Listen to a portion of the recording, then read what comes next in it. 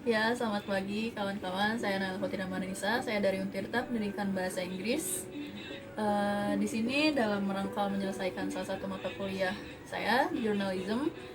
Saya datang di sini untuk mewawancarai salah satu dari perwakilan bagian pemerintahan Badan Perencanaan Pembangunan Daerah Kabupaten Serang mengenai tentang isu strategis yang sudah dilakukan dan sedang terjadi khususnya di wilayah Kabupaten Serang mengenai bidang pendidikan dan sosial budaya. Dan saya di sini sudah bersama Ibu Nova. Saya mau mohon waktunya, mungkin boleh memperkenalkan diri dahulu. Assalamualaikum warahmatullahi wabarakatuh. Saya Novani dari Bapeda atau Badan Perencanaan Pembangunan Daerah Kabupaten Serang. Saat ini saya menduduki jabatan sebagai Kepala Subbidang Perencanaan Pembangunan Sumber Daya Manusia yang memang tupoksinya untuk melakukan perencanaan di sektor pendidikan, kesehatan, perpustakaan, kebudayaan, kearsipan, kepegawaian, dan pengembangan sumber daya manusia itu sendiri. Selanjutnya, apa yang ingin ditanyakan? Silahkan. Iya, sebenarnya tuh saya pernah mendengar ini dari program pemerintah Kabupaten Serang ini, salah satunya ada program tentang perihal sanitasi sekolah. Jadi khususnya saya ingin menanyakan apa tujuannya, terus targetnya apa, dan apa aja sih kendala yang dilalui saat melaksanakan program ini. Seperti itu. Seperti yang sama-sama kita ketahui bahwa pembangunan suatu bangsa itu tergantung pada keberhasilan bangsa itu sendiri dalam menyiapkan sumber daya manusianya. Kita berharap sumber daya manusia suatu bangsa atau suatu daerah mampu mencapai sumber daya manusia yang berkualitas, sehat, cerdas, produktif. Betapapun kayanya sumber daya alam yang tersedia di suatu daerah, ternyata tidak menjamin bahwa daerah itu akan maju jika sumber daya manusianya tidak berkualitas. Salah satu indikator keberhasilan pembangunan itu sendiri ada yang dinamakan dengan indeks pembangunan manusia. Indeks pembangunan manusia ini atau Human Development Index terdiri dari 3 indikator. Yang pertama adalah indikator kesehatan, indikator pendidikan, dan indikator daya beli. Sesuai dengan tupoksi saya memiliki kewajiban untuk melakukan perencanaan-perencanaan yang mempunyai daya ungkit untuk meningkatkan indeks pendidikan dan indeks kesehatan itu sendiri. Ternyata untuk melakukan percepatan peningkatan indeks kesehatan dan indeks pendidikan tidak bisa dilakukan hanya oleh dinas kesehatan saja atau dinas pendidikan saja, tapi perlu adanya sinergitas program antar seluruh sektor untuk mewujudkan peningkatan indeks pendidikan dan indeks kesehatan itu sendiri. Khusus untuk peningkatan indeks kesehatan, yaitu peningkatan derajat kesehatan masyarakat, menurut pakar kesehatan Hendrik Helbland, ternyata ada 4 faktor determinan yang mempengaruhi derajat kesehatan manusia. Selama ini kita berpikir bahwa faktor genetik sangat berpengaruh terhadap kesehatan. Ternyata faktor genetik itu hanya sekitar 5% berpengaruhnya. Selain itu juga kita berpikir bahwa pemerintah daerah punya kewajiban untuk memberikan pelayanan kesehatan kepada masyarakatnya, di mana akses untuk mendapatkan pelayanan kesehatan itu adalah hak seluruh warga negara. Tapi ternyata itu pun hanya 15% mempunyai daya ukir terhadap peningkatan derajat kesehatan manusianya. Jadi yang paling besar di sini justru adalah peningkatan perilaku hidup bersih dan sehat dan lingkungan sehat itu sendiri. Nah, peningkatan perilaku hidup bersih dan sehat ini sudah banyak yang dilakukan oleh pemerintah daerah Kabupaten Serang, tapi ternyata lagi kita menemukan kenyataan bahwa yang paling berpengaruh itu adalah keinginan masyarakat itu sendiri untuk berubah. Bagaimana caranya untuk membuat masyarakat semakin peduli terhadap peningkatan perilaku hidup bersih dan sehat ini? Sudah berbagai cara juga dilakukan oleh pemerintah daerah Kabupaten Serang. Di antaranya ada yang namanya sanitasi total berbasis masyarakat. Kita melakukan pemicuan terhadap masyarakat tentang pentingnya hidup bersih dan sehat, tentang pentingnya membuang sampah sembarangan, tentang pentingnya menggunakan akses jamban untuk membuang air besar. Ternyata di Kabupaten Serang masih banyak sekali masyarakat yang buang air besarnya sembarangan, seperti di kali, di sawah, di pinggir jalan, dan lain sebagainya.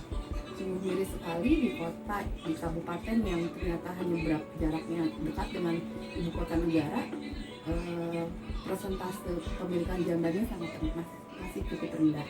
Untuk itulah berbagai cara dilakukan, tapi ternyata daya ungkitnya pun masih rendah juga. Ternyata kemauan untuk berubah itu harus dilakukan pada anak-anak usia dini, di mana anak-anak usia sekolah dasar bisa dianggap sebagai agent of change. Dari situlah ketika anak-anak sudah punya mindset tentang pola hidup bersih dan sehat, mereka bisa menularkan ini, kebiasaan baik ini, habit ini kepada keluarganya di rumah. Di antaranya ada suatu program yang dilakukan oleh pemerintah daerah Kabupaten Serang.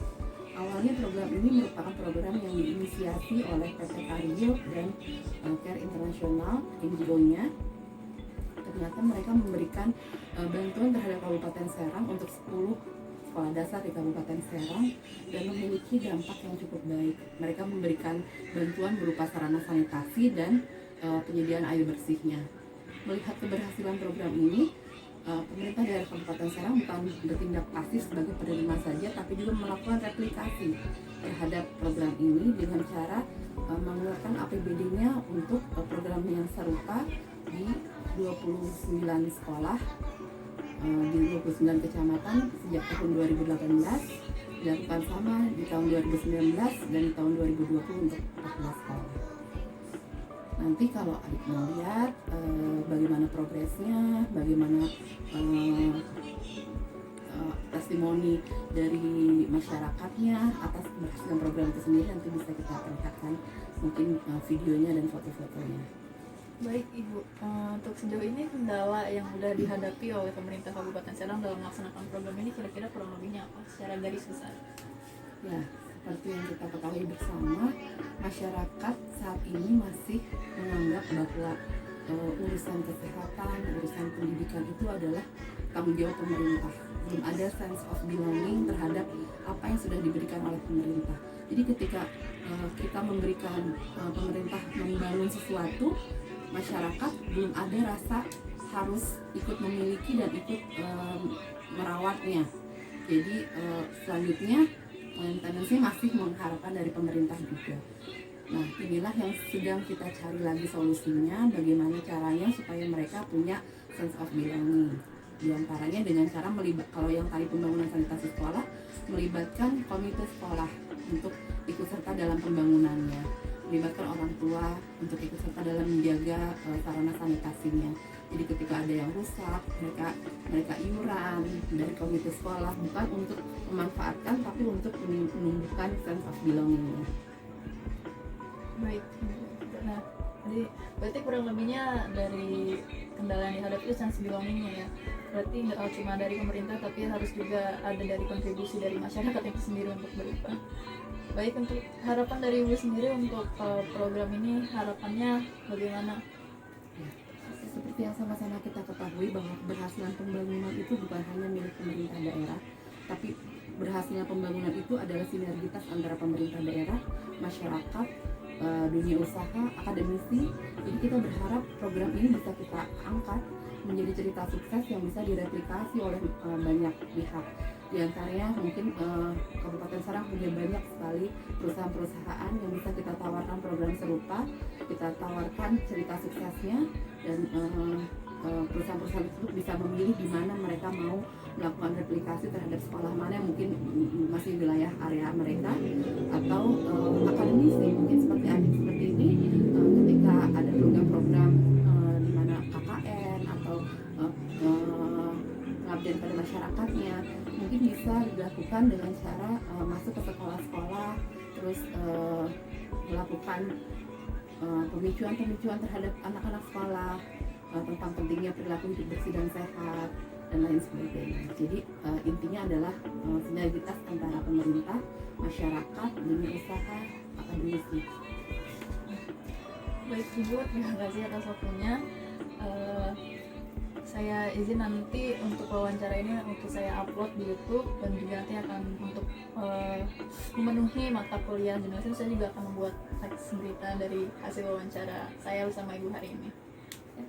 Mungkin cukup sekian dari saya dan Ibu Nova untuk wawancara hari ini. Untuk kurang lebihnya terima kasih dan mohon maaf atas kesalahan yang datang dari saya. Mungkin cukup sekian. Terima kasih. Wassalamualaikum warahmatullahi wabarakatuh. Assalamualaikum warahmatullahi wabarakatuh.